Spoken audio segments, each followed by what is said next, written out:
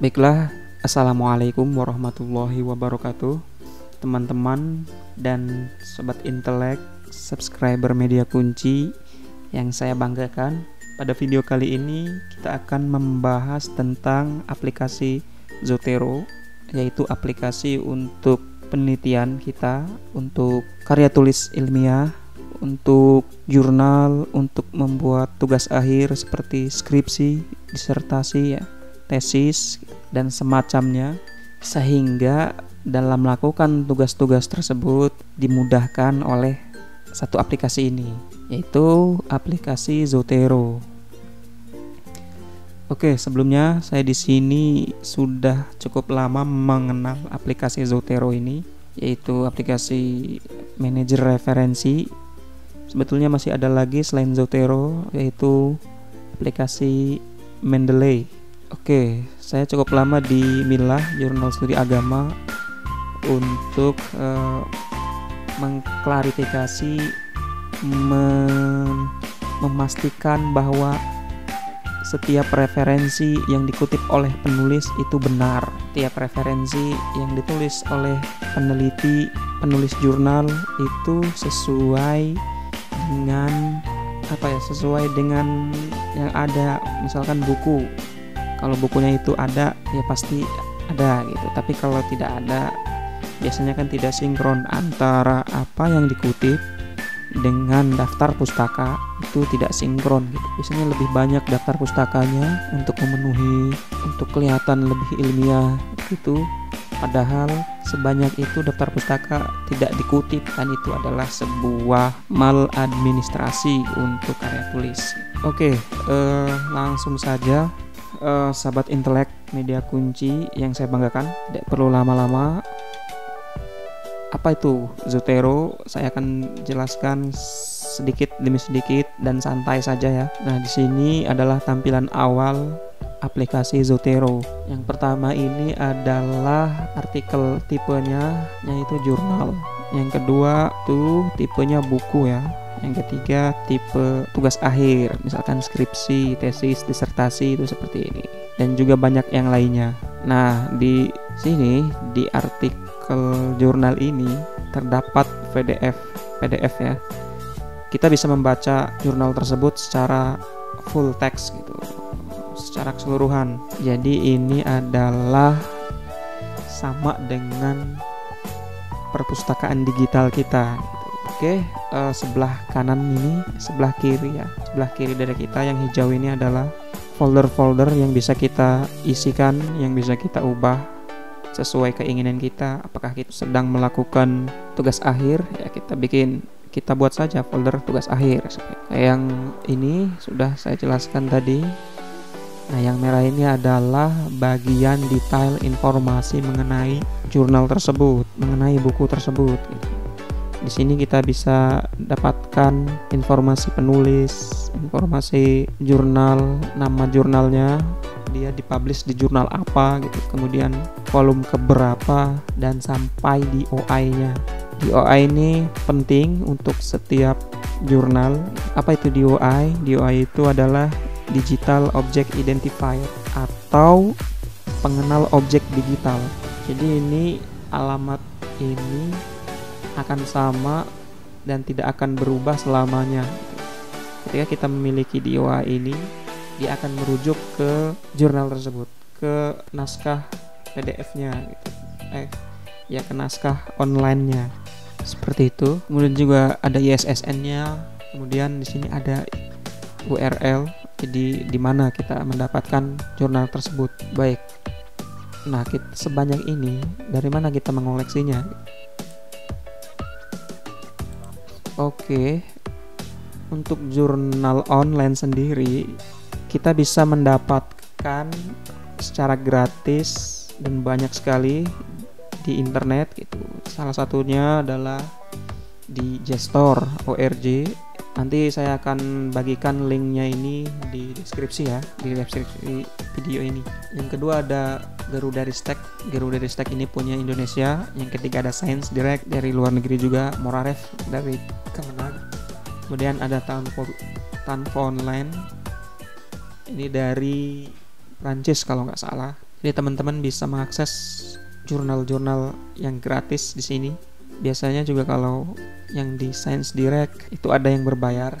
Selanjutnya ada metadata, referensi metadata, ada WordCat, ada Google Books. Maksudnya apa metadata itu? Misalnya kita sudah punya buku di tangan kita, cuma kita nggak mau repot memasukkan ke Zotero-nya secara manual kan, harus mengutip, harus mengisi nama, judul, penulis, terus ISBN, tempatnya di mana, penerbitnya siapa gitu kan, banyak. Nah, lebih mudahnya kita cari aja nama buku itu di WordCat. Kalau ketemu tinggal klik, nanti langsung tersimpan di aplikasi Zotero gitu. Oke, selanjutnya apakah semua jurnal boleh dikutip? Boleh saja ketika jurnal tersebut memiliki relevansi, memiliki sumbangan pada tulisan kita. Akan tetapi kalau kita ingin menulis jurnal dan ingin mempublish jurnal tersebut di jurnal yang terakreditasi, ya tentunya tidak sembarang jurnal kita kutip. Jadi perlu pilih-pilih karena jurnal itu ada yang baru membuat gitu, ada yang sudah kualitas akreditasinya Sinta 1 gitu. Akreditasi A, akreditasi B gitu kalau kampus kan seperti itu. Bagaimana mengetahui jurnal yang baik? Oke, saya akan menampilkan dari Sinta ini. Nah, di sini teman-teman bisa melihat sendiri ada 4.609 jurnal ya, yang ada di Indonesia ini, dari yang akreditasinya Sinta 6, Sinta 5 sampai Sinta 1. Kemudian untuk jurnal internasional yang bereputasi, kita bisa menggunakan alamat ini. Nah, ini adalah Skimago JR untuk mengecek ranking jurnal internasional gitu ya, secara internasional. Nah, ini secara keseluruhan. Jika kita lihat, kita filter untuk Indonesia saja ya di sini. Nah, di sini Indonesia juga ada yang Q1-nya, Q1, Q2 sampai Q4 ini. Jadi seperti IJIMS ini, dia jurnal Indonesia yang bereputasi. Reputasinya juga internasional gitu. Lanjut, bagaimana kita mengoleksi salah satu jurnal ya, salah satu referensi. Misalkan kita akan membuat tulisan tentang pendidikan Islam. Nah, kita cari di Garuda ini, Garuda Ristek ini, masukkan saja keywordnya. Nah, misalkan pendidikan Islam, dia akan muncul sekitar 6.120 dokumen dari terbitan yang lama sampai yang terbaru ini 2018 ternyata yang terbaru. Misalkan kita ingin mengetik salah satunya ini, maka tampilannya adalah seperti ini ya. Dia akan menampilkan abstrak, penulisnya, kemudian informasi jurnal gitu. Oke, selanjutnya belum cukup sampai di sini, kita harus mencari sumber aslinya dari jurnal tersebut. Nah, di sini sudah tersedia. Nah, ini adalah sumber asli dari jurnal yang kita tadi pilih ya. Jadi teman-teman bisa langsung mengoleksi jurnal ini, sekaligus juga kita dapatkan full text-nya atau PDF-nya dengan klik tanda yang ada di pojok kanan atas ini. Ini adalah salah satu contoh mengoleksi naskah jurnal nasional ya. Mempraktekkan sedikit ya.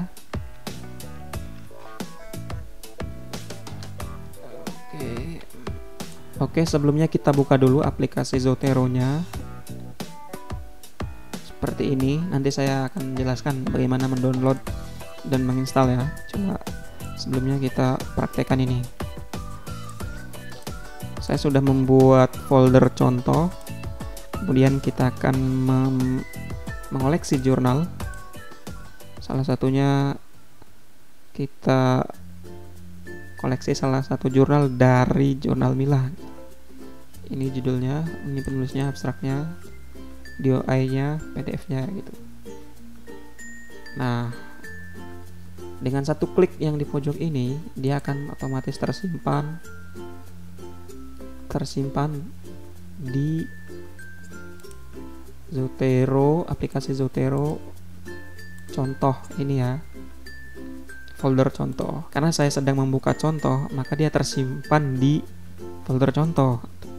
Kalau saya buka folder ini, dia akan tersimpan di sini.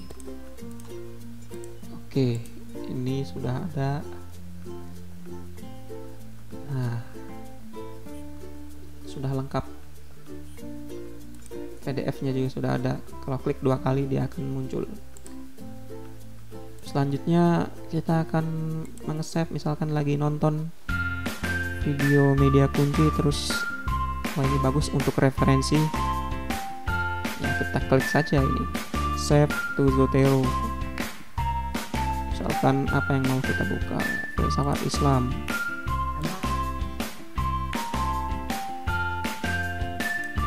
Misalkan ini langsung save aja, save to Zotero. Oke, maka akan muncul seperti ini judulnya, tapi ini belum terlalu lengkap. Judul singkat, URL-nya yang jelas, kita pakai URL juga. Itu kalau video. Kemudian kalau ini Wikipedia, dia akan muncul seperti ini, buku terbuka itu. Kita save, nah, langsung tersimpan di sini. Biasanya kita banyak mengutip dari Wikipedia ya, misalkan mengetahui idiom-idiom yang susah gitu. Oke, judulnya ini ya, DOI. Nah, selanjutnya adalah kita akan mengoleksi tesis orang lain atau disertasi gitu. Biasanya ini kita gunakan untuk referensi ya, untuk referensi di penelitian terdahulu. Kita save saja. Ini sudah ada gambar topi toga ini, topi wisuda ini. Oke. Nah, ini sudah ada. Dian tadi PDF-nya tidak terdownload, jadi nanti teman-teman download sendiri di sini. Yang penting datanya sudah kita simpan. Selanjutnya, menyimpan data dari website, dari Kompas, data COVID-19 di Indonesia, COVID-19 di Indonesia. Ya, kita save ini. Ini adalah icon untuk website. Biasanya kita perlukan di penelitian kita itu untuk latar belakang gitu ya, data-data seperti ini, data-data statistik. Dia sudah tersimpan. Penulisnya ini media Kompas Cyber. Oke. URL-nya juga kita bisa buka kalau nanti sewaktu-waktu kita ingin membuka kembali. Selanjutnya ingin menyimpan juga dari blog gitu. Misalkan ini blog dari media kunci, kita langsung saja save. Dia langsung tersimpan. Penulisnya bisa kita rubah, ini bisa kita rubah. Yang jelas URL-nya ada, diakses pada tanggal berapa, jam, sudah ada di situ. Oke, itu contoh-contoh bagaimana kita mengoleksi sumber referensi dari berbagai item. Oke, selanjutnya,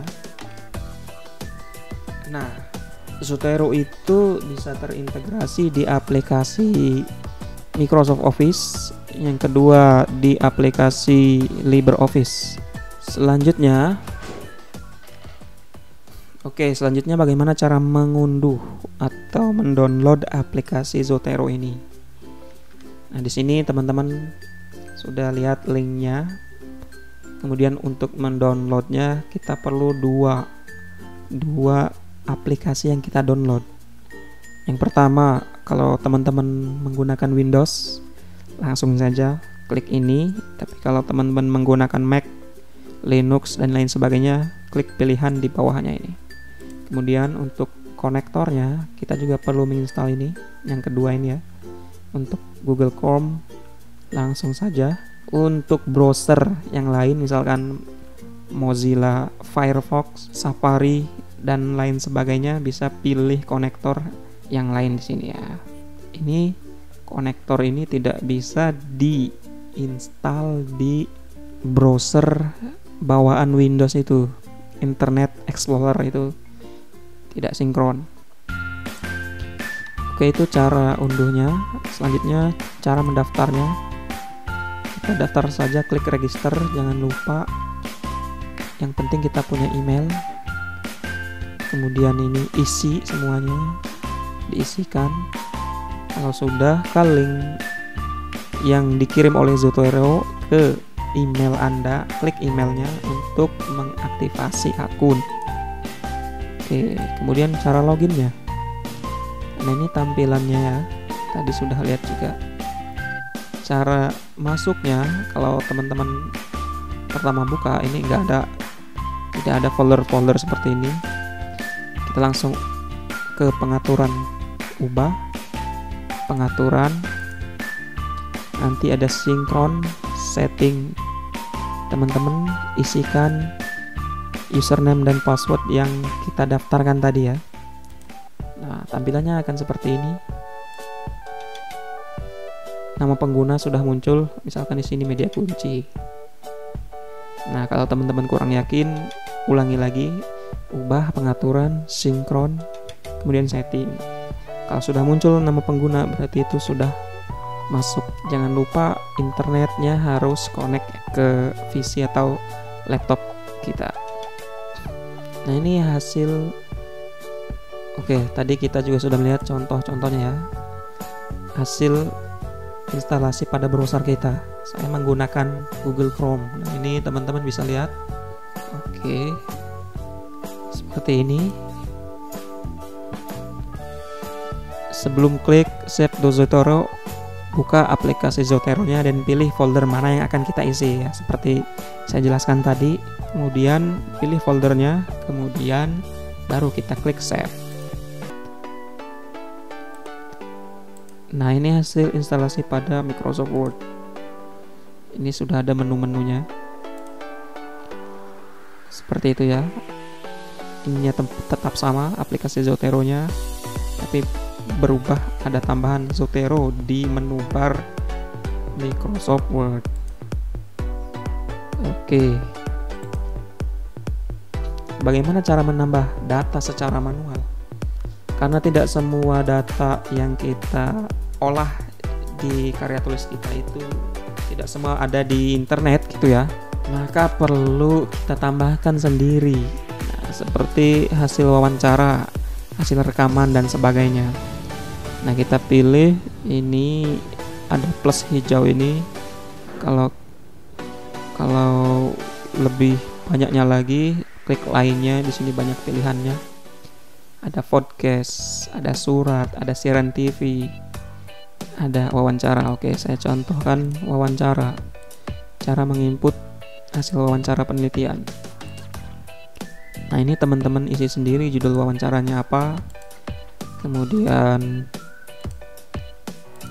isi yang lainnya juga nih. Wawancara dengan siapa gitu. Oke, itu adalah salah satu contoh menginput data secara manual.